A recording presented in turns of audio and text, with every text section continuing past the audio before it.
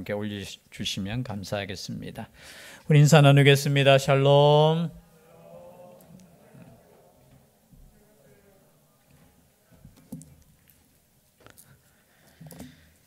지난주에 주기도문 강의를 하다가 시간상 제가 좀 끊었습니다. 오늘 계속해서 나머지 부분을 또 통해서 하나님의 음성을 듣고자 합니다. 마태복음뿐만 아니라 누가복음에도 주기도문이 나와 있습니다. 누가복음 11장 1절부터 보면은 주기도문이 나와 있는데요.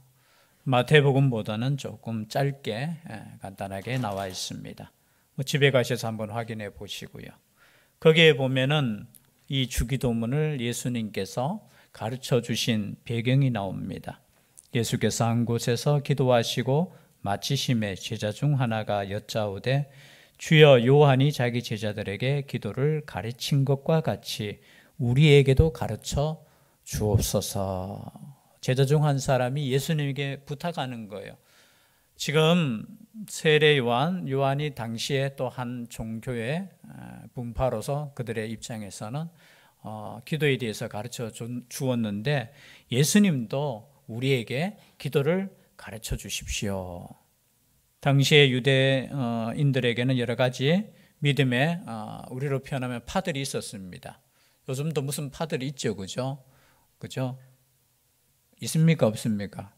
또 양파 대파 생각하지 마시고 기독교에 수많은 파가 있습니다, 그죠? 우리는 장로교라는 파고 또 침례교라는 것도 있고 성결교 이런 것도 있잖아요, 그죠? 그런 것처럼 당시에도 유대인 안에서는 에세네파라고 광야의 굴 같은 데서 살면서 오직 하나님의 말씀과 주님 오심을 메시아 오심을 고대하면서 그렇게 광야에서 남자들끼리 지내는 파도 있고요. 또 우리로 표현하면은 이 대중 속에서 함께 신앙생활에 이제 잘 하려고 하나의 바리새파, 우리는 구별된 사람들입니다. 우리는 보통 사람 아닙니다라고 하면서 열심히 또 신앙생활을 한 파도 있고요. 그리고 또 사두개파라고 해서 조금 정치적이면서 또 그런 파도 있고. 그러니까 예수님의 제자들 생각해 보니까 우리는 분명하게 저들과 조금 다른 것 같아요. 그래서 예수님에게 우리도 저들과 같이 각 파마다 이렇게 기도문을 이렇게 외웠어요. 우리로 표현하면 그냥 우리 마음대로 기도하는 것이 아니라 과거에는 예배 드릴 때 이 당시 유대인들도 예배 드릴 때 제가 보니까 말씀을 우리로 표현하면서 설교가 끝나고 난 뒤에는 기도문을 같이 읽었어요. 그 중에 제일 유명한 기도문이 카디시라는 기도문이 있더라고요. 이 카디시 뜻이 아마 성결, 거룩, 아마 성도, 거룩한 성도 이런 뜻인데요. 그 기도문 제가 한번 읽어드리겠습니다. 짧으니까. 그리고 18번 기도문도 있는데 이거는 18가지 기도문이라서 깁니다. 그런데 이 18가지 기도문은 보통 유대인들은 하루에 3번씩 혹은 2번씩 꼭 이것을 읽으면서 하나님께 기도하게 되어 있어요. 이들이 사실은 기도에 대해서 모르는 거 아닙니다. 그러나 예수님에게 요구하신 것은 예수님 당신이 가르쳐 주신 기도를 우리는 하나님께 드리고 싶습니다. 예수님, 스승님, 선생님 좀 기도 가르쳐 주세요. 자, 카디시 기도, 그들이 평소에 드려지는 기도입니다.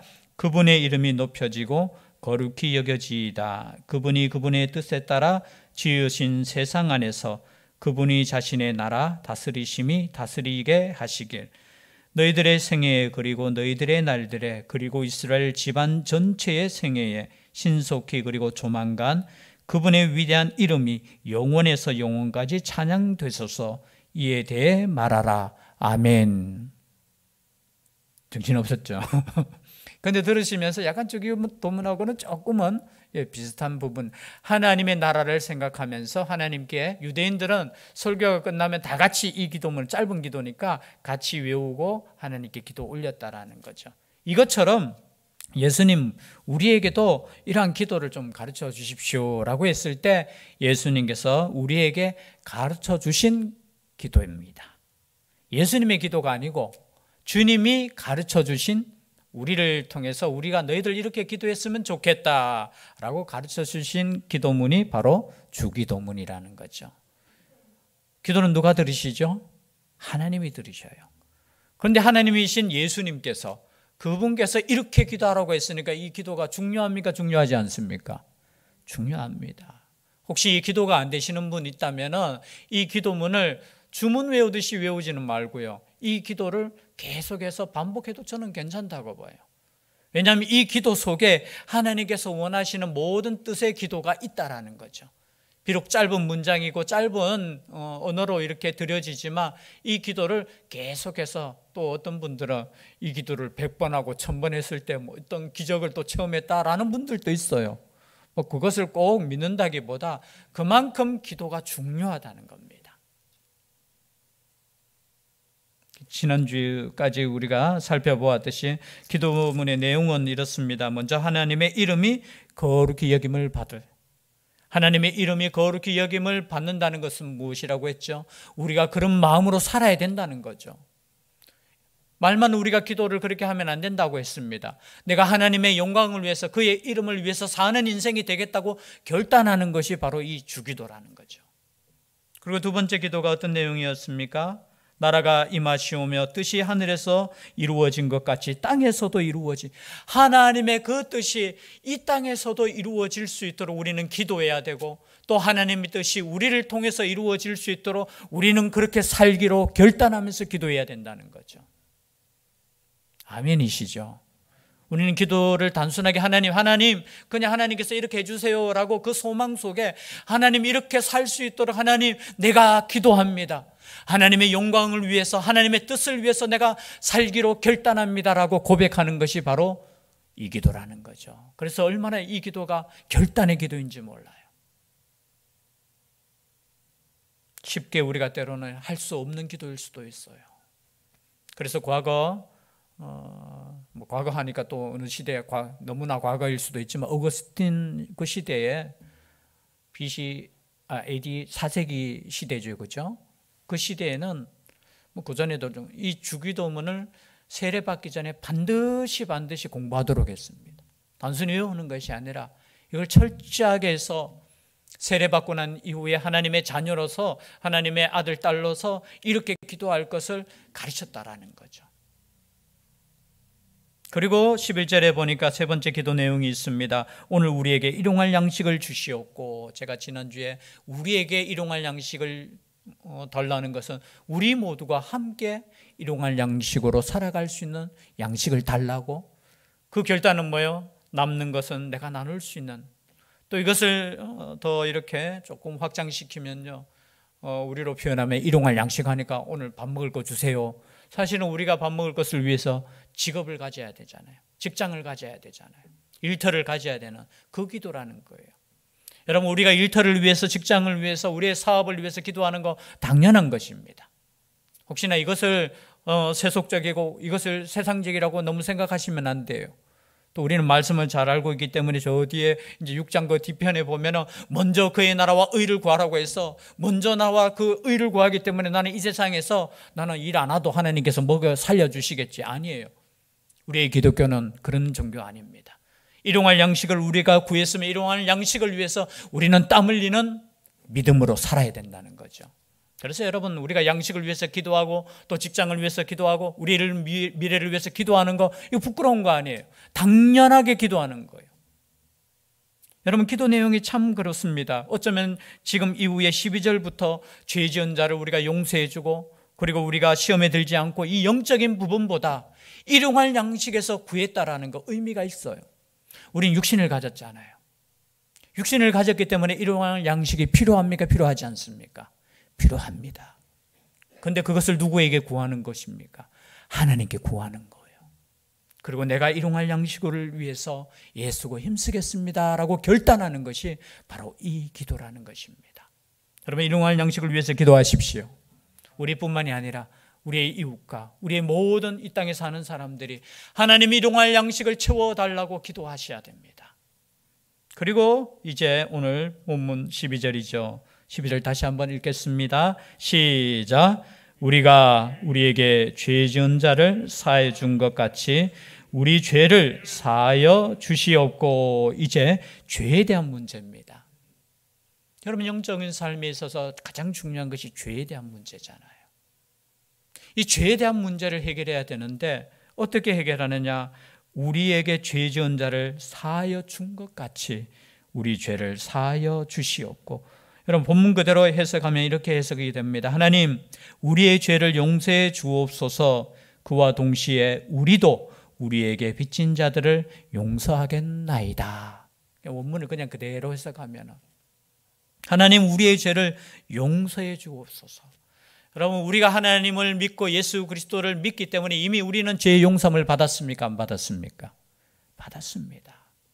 이것을 신학적으로 원죄와 자범죄, 스스로 짓는 죄를 나눌 필요 없고요. 우리는 모든 죄를 용서함 받았는 것을 믿으시길 바랍니다. 그러나 우리는 순간순간 우리가 구원받고 성령의 인도하심을 받지만 우리가 죄를 짓습니까? 짓지 않습니까? 아이고, 또 신학적으로 헷갈리십니까? 어떤 종파에서는 예수 그리스도를 믿고 구원받은 사람은 죄를 안 짓는다고 가르치는 곳도 있어요. 그건 양심상 그렇지 않죠. 여러분, 예수 믿고 난 이후에 나는 한 번도 죄 지은 적 없다. 다 죄인이네요. 그죠? 여러분, 우리는 한 번도 죄 지은 적이 없는 게 아니고 우리는 날마다 죄를 지어요. 날마다 말씀대로 못 살잖아요. 날마다 하나님의 말씀의 뜻대로 살지 못하잖아요. 다른 사람 비판하고 정죄하고 그저 판단하고 그리고 그저 우리의 욕심 채우려고 노력하고. 제가 또 기죽이는 것 같네요. 여러분, 우린 똑같아요. 똑같아. 그래서 이 기도가 참 중요해요. 하나님, 나의 죄를 용서해 주십시오. 물론 우리는 이미 용서함을 받았지만 내가 죄인이라는 것을 고백할 때 내가 겸손해질 수 있는 겁니다. 여러분, 왜 싸웁니까? 왜 판단하고 왜 비판하는 줄 아십니까? 나는 너보다 더 깨끗해. 나는 너보다 더 도덕적이야. 나는 너보다 하나님 잘 믿어. 여러분, 이게 영적인 교만입니다. 여러분, 우리는 누구보다 잘 믿는 사람 없어요. 다만 있는 것은 누구보다 더 큰 하나님의 은혜를 받았을 뿐입니다.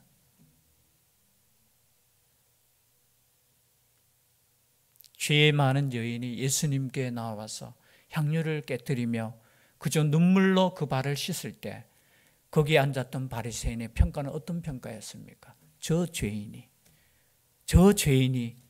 어디 예수님께 나와가지고 예수님은 저 여자가 죄인인 줄도 모르는가 봐 라고 속으로 비판하고 판단하고 있을 때 예수님께서는 아셨잖아요.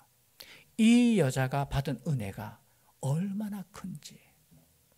그렇습니다. 우리가 은혜를 깨닫는 것은 깨달으면 깨달을수록 내가 얼마나 큰 죄인이고 내가 얼마나 그 큰 죄에서 구원함을 받았는지, 그래서 그런 마음을 깨닫고 그런 은혜를 깨달은 사람이 드리는 예배는 다르다는 거예요.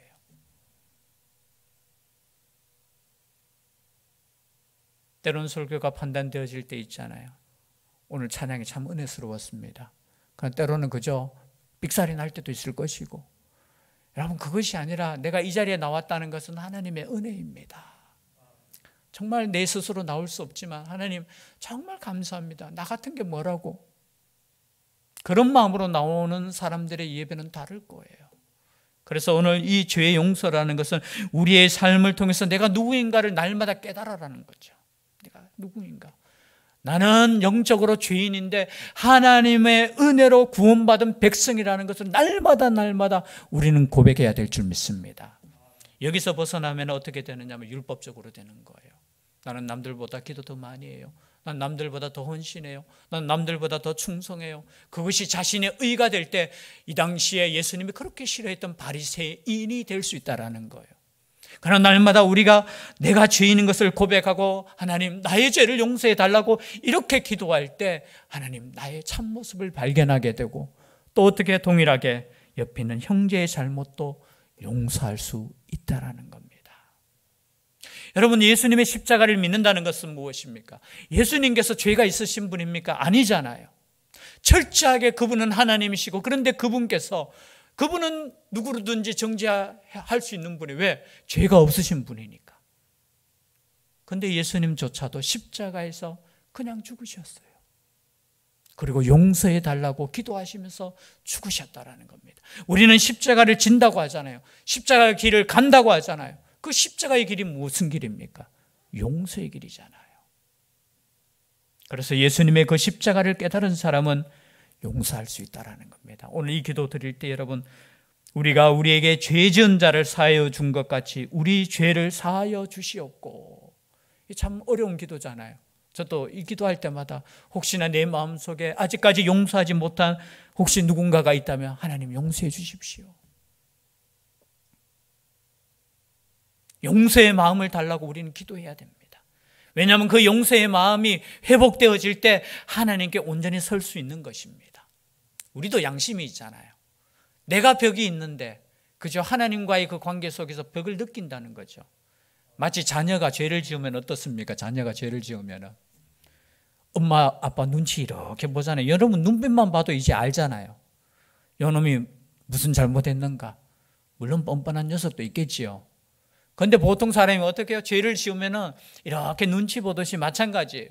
우리도 하나님께 담대히 나아가기 위해서는 우리가 가지고 있는 이 모든 문제를 해결해야 될 줄 믿습니다. 그런데 그것은 내 힘으로 안 돼요. 나의 힘으로 안 된다는 겁니다. 날마다 기도하면서 하나님의 그 능력, 성령의 능력을 우리는 구해야 됩니다.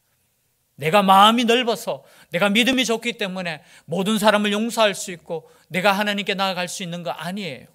하나님의 은혜로, 하나님의 은혜로. 13절 우리 다 같이 읽겠습니다. 시작. 우리를 시험에 들게 하지 마시옵고 다만 악에서 구하시옵소서. 자, 여기까지만 읽겠습니다. 우리를 무슨 기도를 드려야 돼요? 시험에 들지. 앞에는 우리가 시험에 들어서 죄를 지었다면 하나님 용서해 주시고, 그리고 미래에 우리가 시험에 들지 않도록 여러분 기도하셔야 됩니다. 이 기도가 왜 중요합니까? 우린 시험에 들 수 있습니까? 없어요. 여기서 시험이라는 것은 유혹이라는 단어로 이렇게 풀이하는 게 조금 쉬울 것 같아요. 어떤 죄에 대한 유혹이 있습니다. 여러분 유혹이 없는 거 아니잖아요. 나 유혹에 나는 빠지지 않아. 아니, 이것은 교만한 생각이에요. 나는 괜찮아. 나는 이 정도 믿음이면 괜찮아. 아니에요. 우리는 날마다 겸손하게 하나님께 기도하셔야 돼요. 어떤 기도? 유혹에 빠지지 않게 기도하셔야 돼요. 내가 시험에 들지 않게 기도하셔야 된다는 겁니다. 그리고 이 단어를 우리가 해석할 때 단순하게 시험이 없는 것이 아닙니다. 시험에 견디고 이기게 하여 주옵소서라는 기도라는 거죠. 여러분 시험이 있습니까? 없습니까? 있어요. 또 이 시험을 단순히 유혹이라는 단어를 벗어나서 조금 더 확장시키면 때로는 이 시험을 인해서 내가 받는 이 고난도 어떻게 해요? 이기게 해달라고. yani 시험이 없는 인생 없어요. 우리 장로님 기도하셨지만 여러분 고난 없는 인생이 있습니까? 없습니까? 없어요. 여러분 우리의 가정을 한번 돌아보십시오. 스스로의 가정. 기도 제목이 없습니까? 있습니까? 있어요. 다 아픔이 있고 고난이 있고 고민이 있고 힘듦이 있음에도 불구하고 이것 때문에 믿음이 벗어나지 않도록, 믿음이 떨어지지 않도록, 유혹에 빠지지 않도록, 이것 때문에 죄를 짓지 않도록 우리 날마다 기도하셔야 된다는 거죠. 여러분 넉넉히 이길 수 있는 믿음을 위해서 우리는 기도하셔야 됩니다. 기도하셔야 돼요. 여러분 기도하는 사람이 믿음 있는 사람이에요. 제가 젊을 때는 기도 안 하는 게 저는 믿음 있다고 생각했어요. 제가 얼마나 교만한 것도 아닌데 아이고 우리 하나님 다 하시는데 뭐 또 기도합니까? 예를 들어서 뭐 대학에 입학해달라. 아이고 그런 기도 뭐 하나님께서 알아서 하실 것인데 뭐 결혼 아이고 부끄럽게 무슨 하나님이 결혼시키려면 하시든지 나는 오직 하나님의 나라와 의를 구하겠다라고 하면서 그저 세계를 품고 기도한다고. 근데 주기도문 보면은 여러분 실제적인 것이에요. 나의 연약함을 실제적으로 고백하면서 나는 이렇게 연약하기 때문에 하나님 나를 지켜달라고, 하나님 내가 유혹에 빠지지 않게 해달라고 기도하셔야 된다는 거예요. 여러분 이 시대가 얼마나 유혹에 빠질 수 있는 시대입니까? 얼마나 시험에 들 수 있는 시대입니까?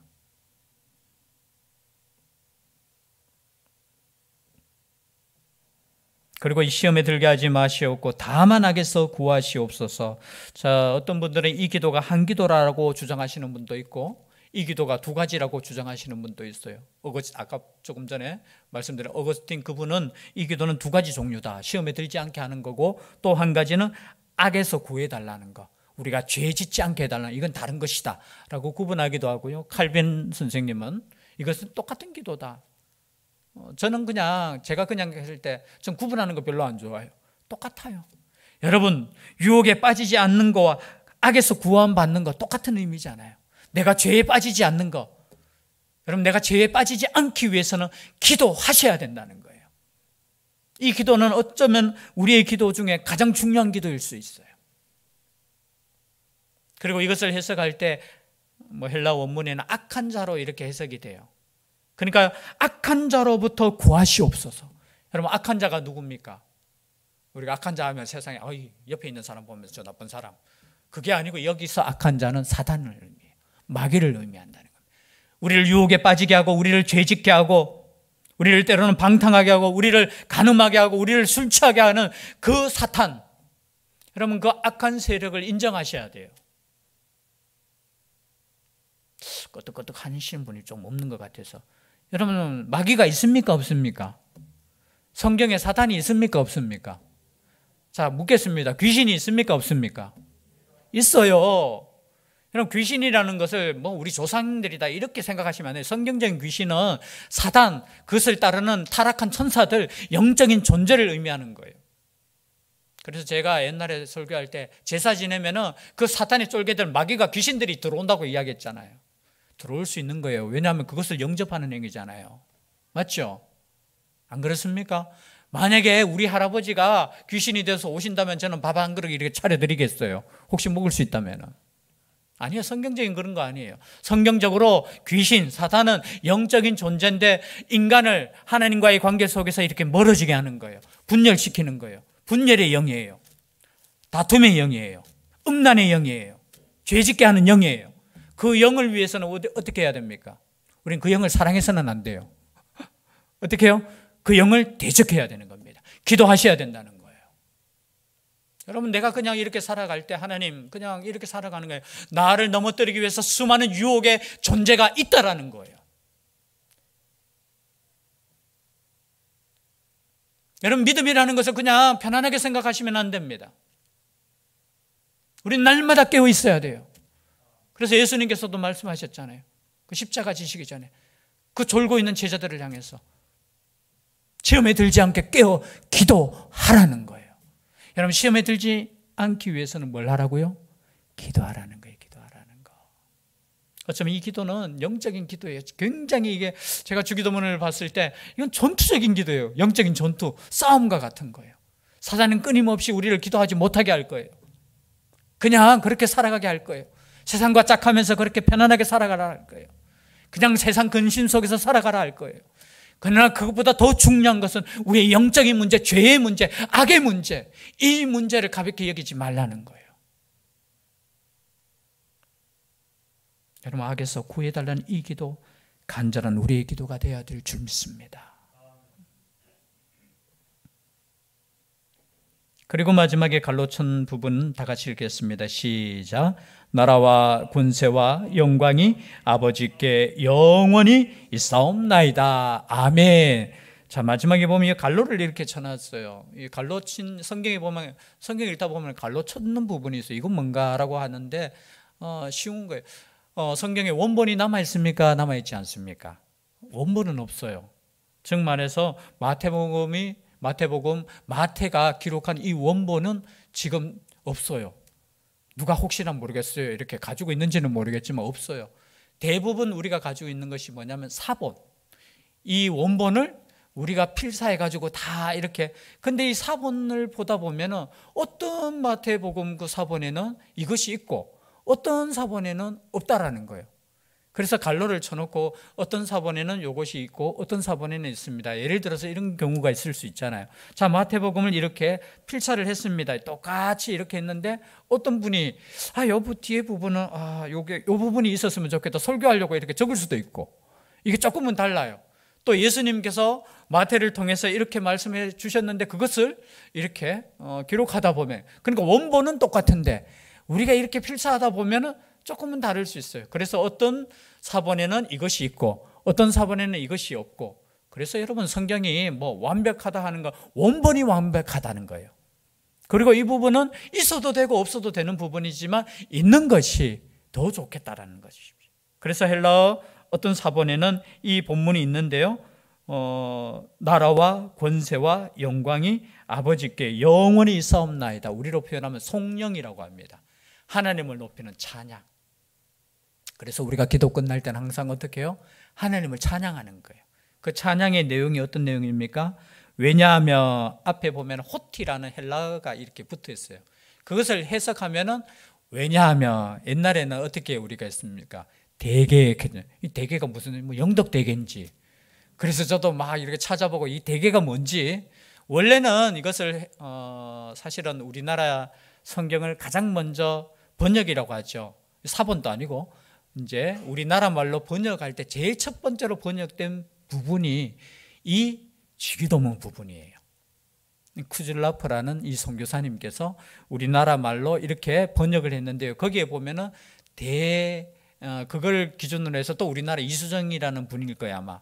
이렇게 할 때 대절하고 이렇게 번역을 했어요. 그것을 이제 우리가 뒤에 후대 사람들이 대개, 이 대개라는 뜻은 뭐냐면 왜냐하면. 근데 헬라어 원문에 보면 호티라는 단어가 있어요. 이게 무슨 뜻이냐면 여러 가지 뜻 있는데 뭐 아무런 의미도 없다는 분도 있고 악보상에 그냥 그런 의미다라는 분도 있고, 이 호티라는 단어는 왜냐하면이라는 뜻이 있기 때문에 우리가 옛날에 대개할 때 저는 항상 왜냐하면 그런 마음을 생각하면서 왜 이런 기도를 드리느냐, 나라와 권세와 영광이 아버지께 영원히 있기 때문입니다 라는 거예요. 여러분, 하나님의 나라와 그리고 하나님의 권세와 하나님의 영광이 영원히 아버지께 있기 때문에 우리는 이 기도를 아버지께 올려드립니다. 그래서 이 기도는 찬송이 되는 거예요. 여러분, 주기도문 이 마지막 부분이 우리가 송영이라고 했잖아요. 하나님을 높이는 찬송이라고 했잖아요. 그래서 하나님을 높이는 이 찬송으로 기도를 마무리한다는 것입니다. 혹시 여러분 집에 가셔서 이 주기도문을 좀 곰곰이 한번 읽어보십시오. 그리고 외워보십시오. 그리고 이것 따라 정말 하나님께 잠잠히 기도해 보십시오. 이 기도의 능력이 우리의 삶을 지배하고 이끌 줄 믿습니다. 이 기도를 따라 하나님 앞에 기도할 수 있는 우리가 될 수 있기를 주의 이름으로 축복합니다. 기도드리겠습니다. 사랑의 하나님, 감사드립니다. 누구나 기도할 것입니다. 그러나 주님이 가르쳐 주신 이 기도를 가지고 하나님께 진지한 마음으로 기도할 수 있는 저희들 되게 하여 주시옵소서. 그리고 이 기도대로 우리 하나님께서 응답하여 주시옵소서. 함께하여 주시기를 간절히 원하옵고 예수님 이름으로 기도 올리옵나이다.